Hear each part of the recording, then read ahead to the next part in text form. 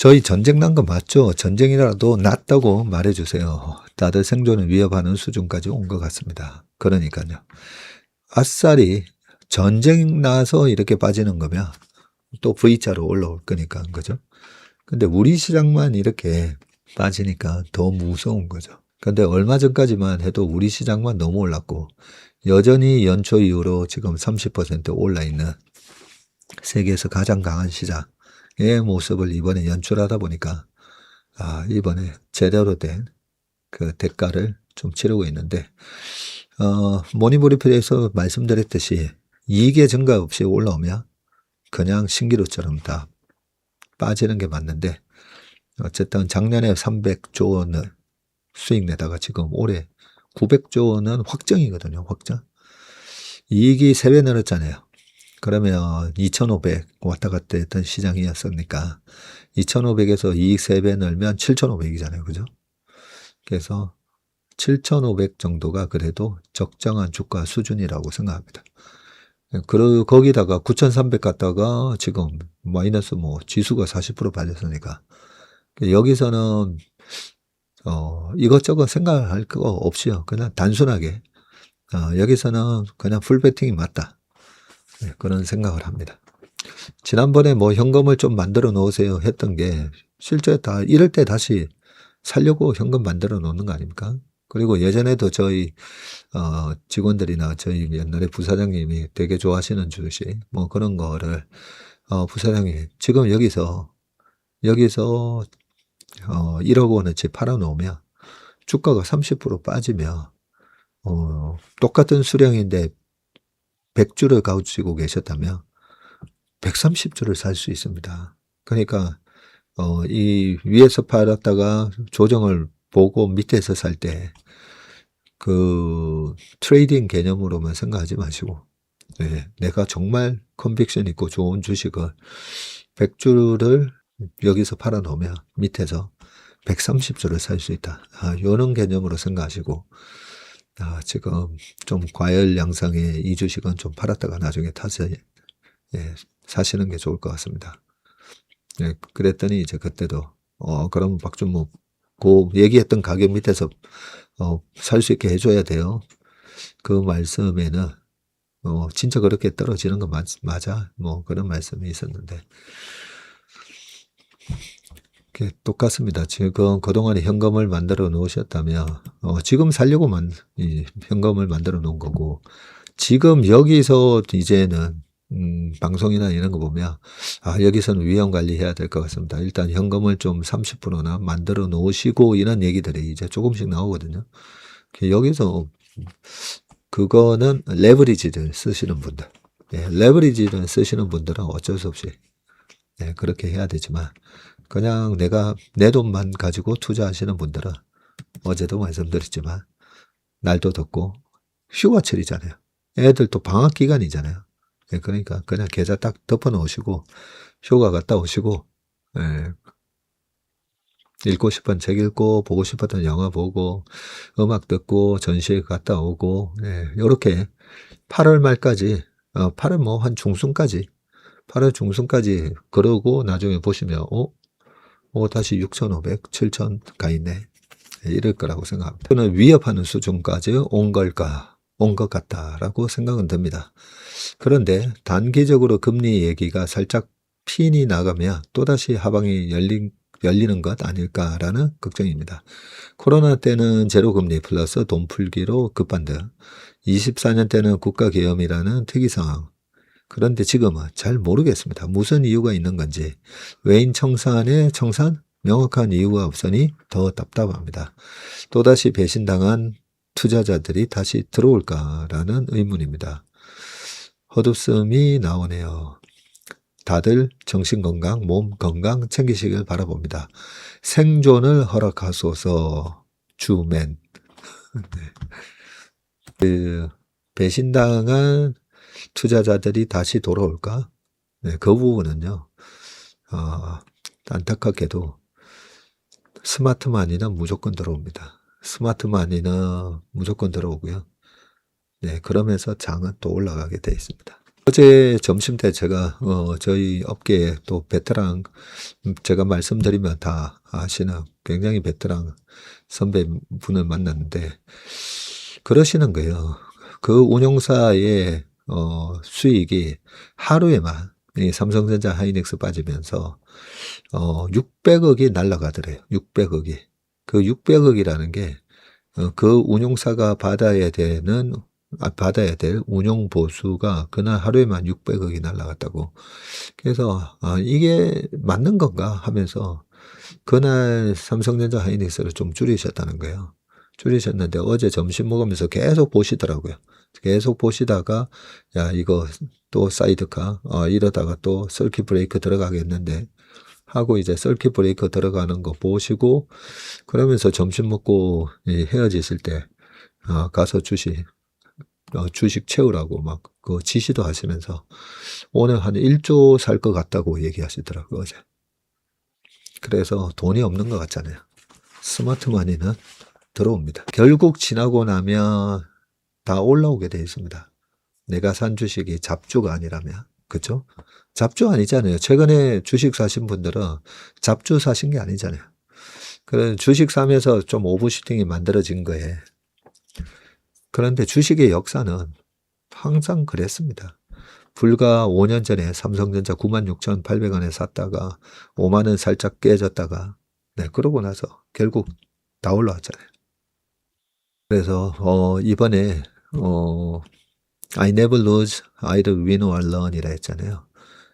내가 이렇게 왜 이런 바보 같은 짓을 했을까? 너무 자책하지 마시고 주식이 이런 거네.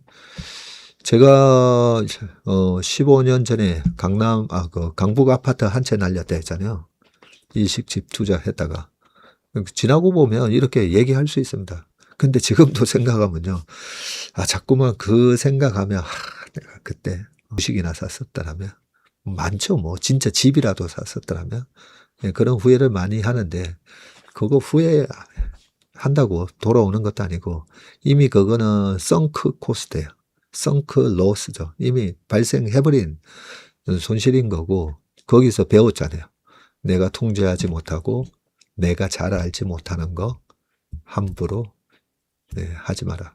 되게 좋은 자리 가서 했었는데 망했어요. 그래서 뭐 입지가 중요하고 어쩌고 저쩌고 다 맞춘 것 같은데 근데 뭐가 문제였었지? 내가 잘 모르고 내가 뭔가 문제가 생겼을 때 제가 딱 들어가서 뭔가 이렇게 픽스 시켜 놓을 만한 전혀 그런 실력이 없는데 들어갔다가 말 그대로 남의 잔치집 가서 얻어먹으려다가 심하게 그렇게 손해나고도 왔습니다. 그런 시행착오 다 겪다가 나중에 실력이 좀 쌓이면서 재산이 확 늘어나거든요. 이번에 learn 하시면 됩니다. learn 하시고 갖고 있는 주식은 그냥 가만히 냅두고 있으면 나중에 다 올라올 겁니다. 단지 그 대가를 치르는 게 이제 시간이라는 대가를 좀 치르게 되는데 그 시간에 또 다른 가치 있는 일을 하시면서 기다리시면 됩니다. 또 폭락이면 전자닉스 레버리지 같은 단일 종목, 도박 같은 종목은 없어져야 되는 거 아닌가요? 하셨는데 이번에 제가 3배짜리는 빨리 계속 금지시키라는 얘기를 하고 있잖아요. 이게 2008년 금융위기가 발생했던 이유 중에 하나도 카지노식 금융 때문에 그랬다고 했잖아요. 그 카지노식 금융을 그런 상품을 막 만들어내고 파생에 또 파생 상품을 만들어내고 그 1%가 됐던 0.1%가 됐던 한 방에 다 날릴 수 있는 그 확률이 있음에도 불구하고 막 그런 상품 만들어서 사람들 꼬드기고 그래서 3배짜리 이런 거 하면 안 되고요. 2배짜리 역시도 솔직히 이 2배짜리를 길게 가지고 갔을 때 지수는 괜찮아요. 지수는 결국 우상향이잖아요. 근데 주식은 우리가 우량 주식, 저도 항상 우량 주식 사시라고 강조하면서도 그러면 30년 전에 대우 같은 경우에는 우량 주식처럼 보였잖아요. 우리나라에서 대우 그룹 들어갔다고 하면 어깨 삼성, 대우, 현대, 그죠? 삼성, 현대, 대우, 그 다음에 LG, SK 뭐 약간 이런 식이었으니까. 근데 대우 그룹도 망했잖아요. 그래서 종목 레버리지는 진짜 조심해야 됩니다. 종목 레버리지는. 그런 데 대한 충분한 우리가 그 교육이 돼 있고 그 정도에 대한 이해가 과연 투자자들이 있었을까?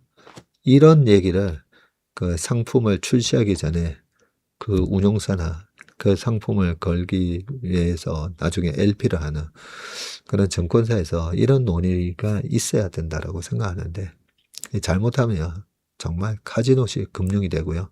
카지노식 금융이 되잖아요. 그러면 일반인들이 다 그걸 눈치채게 됩니다. 야, 이거 주식반 도박이잖아. 또 이렇게 되는 거거든요. 말씀대로 정말 내년에 달라질 시장 분위기를 기대합니다. 역사적 기록일 수도 있는 26년 7월 29일부터 1년 후 오늘을 위해 지금을 기록해야겠습니다. 그러니까요. 이런 장도 기록을 해 놓으셔야 돼요. 그래야 다음에 비슷한 장이 왔을 때, 옛날에 26년 7월 말에, 시장, 우리나라 시장 뭐 40% 급락한 적도 있었는데, 지금의 이 마음, 심정을 적어 놓으셔야 됩니다. 그래서 기다리시면 됩니다. 또 폭락이면 전자닉스 레버리지 같은 단일 종목, 도박 같은 종목은 없어져야 되는 거 아닌가요? 하셨는데, 이번에 제가 3배짜리는 빨리 계속 금지시키라는 얘기를 하고 있잖아요. 이게 2008년 금융위기가 발생했던 이유 중에 하나도 카지노식 금융 때문에 그랬다고 했잖아요. 그 카지노식 금융을 그런 상품을 막 만들어내고 파생에 또 파생 상품을 만들어내고 그 1%가 됐던 0.1%가 됐던 한 방에 다 날릴 수 있는 그 확률이 있음에도 불구하고 막 그런 상품 만들어서 사람들 꼬드기고 그래서 3배짜리 이런 거 하면 안 되고요. 2배짜리 역시도 솔직히 이 2배짜리를 길게 가지고 갔을 때 지수는 괜찮아요. 지수는 결국 우상향이잖아요. 근데 주식은 우리가 우량 주식, 저도 항상 우량 주식 사시라고 강조하면서도 그러면 30년 전에 대우 같은 경우에는 우량 주식처럼 보였잖아요. 우리나라에서 대우 그룹 들어갔다고 하면 어깨 삼성, 대우, 현대, 그죠?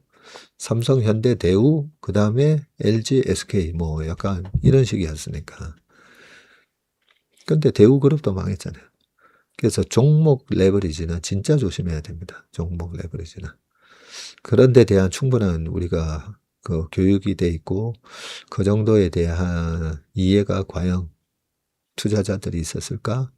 이런 얘기를 그 상품을 출시하기 전에 그 운용사나 그 상품을 걸기 위해서 나중에 LP를 하는 그런 증권사에서 이런 논의가 있어야 된다라고 생각하는데 잘못하면 정말 카지노식 금융이 되고요. 카지노식 금융이 되잖아요. 그러면 일반인들이 다 그걸 눈치채게 됩니다. 야, 이거 주식반 도박이잖아. 또 이렇게 되는 거거든요. 3주 전하고 완전히 분위기가 완전히 바뀌어버렸어요. 그죠? 뭐 한 달 전이라고 하죠. 한 달 전.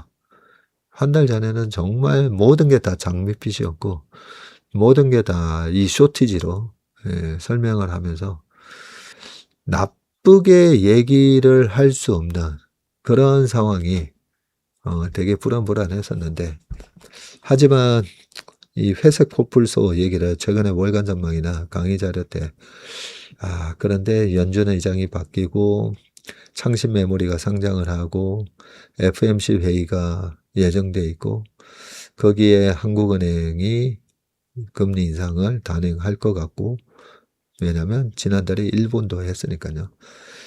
가장 무서운 회색 코뿔소인 금리가 페드의 금리 정책이 평화롭게 풀만 뜯고 있는 줄 알았더니 이렇게 우리 투자자들을 향해서 달려올 것처럼 10년물 국채금리가 4.7을 향해 가면서 무서운 회색 코뿔소가 달려올 것처럼 보이니까 시장이 베타가 높은 종목부터 와르르 무너졌습니다. 그 금리부터 여러 가지 부분들은 다 이 페드나 미국 정부 트럼프 대통령이 어느 정도 컨트롤 가능한 그런 이슈라고 보고 있습니다. 호르무즈 해협의 유가가 최근에 급락했다가 지금 반등 들어가면서 오른쪽 어깨를 만들어주고 있는데 결국은 유가도 안정시키고 금리도 안정화되고 그거는 그럴 수밖에 없습니다. 코로나 과거에 스페인 독감도 집단 면역으로 자연스럽게 2년 만에 사라졌듯이 금리가 올라가면 소비가 위축되고 기업의 투자가 줄어들고 그러면서 다시 GDP 성장률이 떨어지고 경기가 둔화되면 금리는 떨어지고 결국은 금리는 떨어지게 돼 있기 때문에요. 이번 7월 조정에 달바 글로벌이 됐든 지금부터는 제가 기업 공부를 좀 많이 하려고요. 밑에서 자신 있게 주식을 살려면 좀 공부가 돼 있어야 살 수가 있거든요. 그래서 우리 최밀턴 분들도 요 기간 동안에 기업 공부 좀 많이 하시면 좋을 것 같습니다. 밸류에이션이 어느 정도 이제 착해진 영역에서는 이란 전쟁 분석할 필요 없고요. 작년에 트럼프 대통령의 폭탄 관세 앞으로 어떻게 될 거냐 그 원인 분석 아무 의미 없습니다. 지금 상황에서는 이제 그런 이슈들이 잘 될 거야. 잘 될 거야 라는 그런 믿음을 갖고 여기서 뭘 사야 되지? 현금화가 아니라 뭘 사야 되지의 관점으로 이제 시장을 바라보셨으면 좋겠습니다. 오늘 웜의 신박은 여기까지 하겠습니다. 고맙습니다.